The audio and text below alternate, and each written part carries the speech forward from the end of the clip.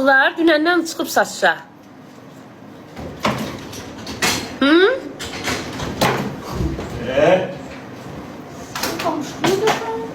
17 sözü aldılar.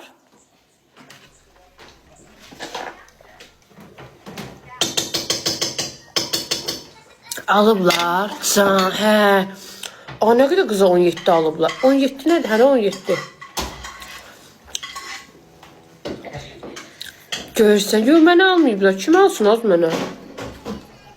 Yox. Dünən Epistoda, həm burada. Səhər saat 4-dən sıra olub. Gelib yanıblar səhər saat 4-dən. Hə, hələ yoxdur.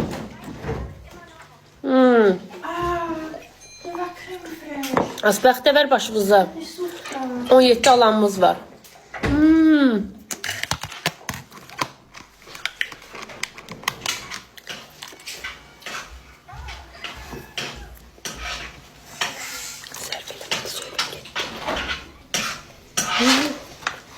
Köreyi de gözleyirik. Hələ var. Çünkü Du hast das aussieht für einen Kackvasen. Was ist da? Warum geht Rollo nicht zu?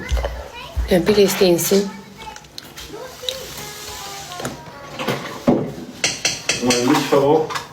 Bilmirəm, sizin əriniz də başlayıb yaşlaşdıqca deyinməyə. 2 Liter jetzt. Was soll ich machen? Hə? Sizin yoldaşınız da belədir. Ay bala, bunlar yaşlaşdıqca çox deyinirlər. Biz qadınlar deyirik ki, bizi deyingən. Evin içində fırlanır, deyinir. Evin içində fırlanır, deyinir. Hə, elədir. Özü heç nəyə ya.